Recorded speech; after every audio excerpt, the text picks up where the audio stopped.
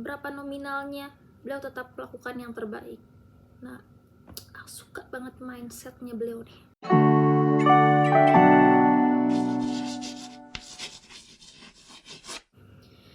Hai, aku Nisa and welcome to my learning journal, dimana aku belajar menyampaikan apa yang aku rasa, opini, ataupun gagasan yang ada di pikiranku. Jadi, sebagian teman-teman mungkin udah ada yang tahu yang aku share di short video sebelumnya. Aku bertemu dengan Mbak Opi, salah satu MC dari TVNU. Mbak Opi ini tidak berstatus sebagai pekerja tetap, tapi aku ngelihatnya tuh ada aja kerjaannya. Dan aku penasaran, akhirnya aku ngulik-ngulik Mbak Opi untuk cari tahu gimana sih cara Mbak Opi mendapatkan begitu banyak amanah, begitu banyak job-job, mendapatkan kepercayaan begitu banyak gitu dari orang-orang. Dan Mbak Opi sharing banyak banget. Yang aku akan sharing itu ada 3.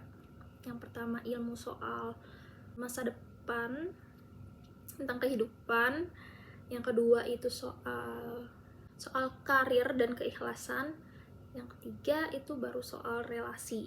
Yang pertama soal masa depan dan kehidupan. Prinsip beliau ya merencanakan masa depan, memplanning masa depan, tapi untuk energinya itu lebih banyak difokuskan pada apa-apa yang bisa dilakukan dalam waktu dekat ini. Kayak hal apa yang bisa dia lakukan dalam waktu dekat ini dengan sebaik mungkin, kayak gitu. Dan ini cukup menenangkan aku karena belum memiliki perencanaan yang sangat jelas gitu ya, belum ada rencana yang jelas masa depan aku kayak gimana, plan aku ke depan kayak gimana.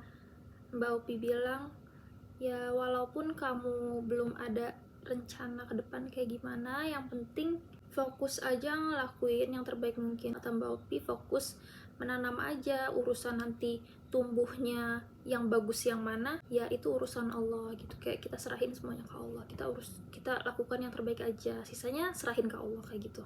Karena menurut Mbak Opi tuh usaha kita itu kayak pohon berbuah itu kan butuh waktu, butuh disiram dengan kesabaran, ketelatenan. Dan kesabaran, ketelatenan itulah yang kita lakukan hari-hari ini gitu.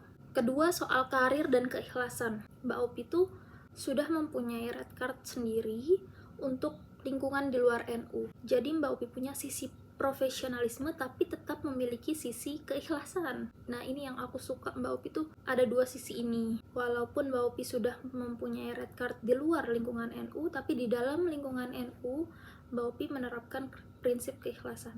Walaupun misalkan beliau mendapatkan tugas tapi belum tahu nih akan mendapatkan honor atau enggak, berapa nominalnya, beliau tetap melakukan yang terbaik.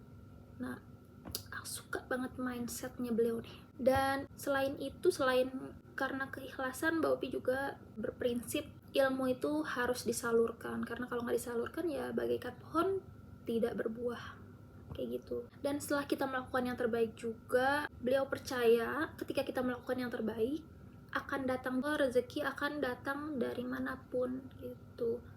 Poin yang terakhir itu adalah poin soal relasi dan etika sosial. Beliau ini sangat menekankan gak usah terlalu memikirkan apa yang akan kita dapatkan, tapi kita mikirin tuh apa yang bisa kita berikan. Kita nih bisa kasih apa sih, skill apa sih yang bisa kepake, skill kita tuh bisa ngebantu apa sih, kayak gitu. Terus juga Mbak Opi bilang, rebut dulu hatinya nih, rebut dulu kepercayaannya, karena kalau kita udah mendapatkan kepercayaan, dia pun akan memberikan apa yang kita minta, kayak gitu. Mbak Opi juga ngingetin kalau hal-hal sepele itu berdampak, walaupun sekedar senyuman, walaupun sekedar sapa, orang lihat kita tuh bisa seneng gitu kalau misalkan energi kita yang kita keluarkan itu positif gitu. Mbak Opi bilang energi baik itu akan tertarik dengan sendirinya kalau kita mengeluarkan energi positif, kayak gitu. Jadi itulah 3 poin yang di-share sama Mbak Opi ya.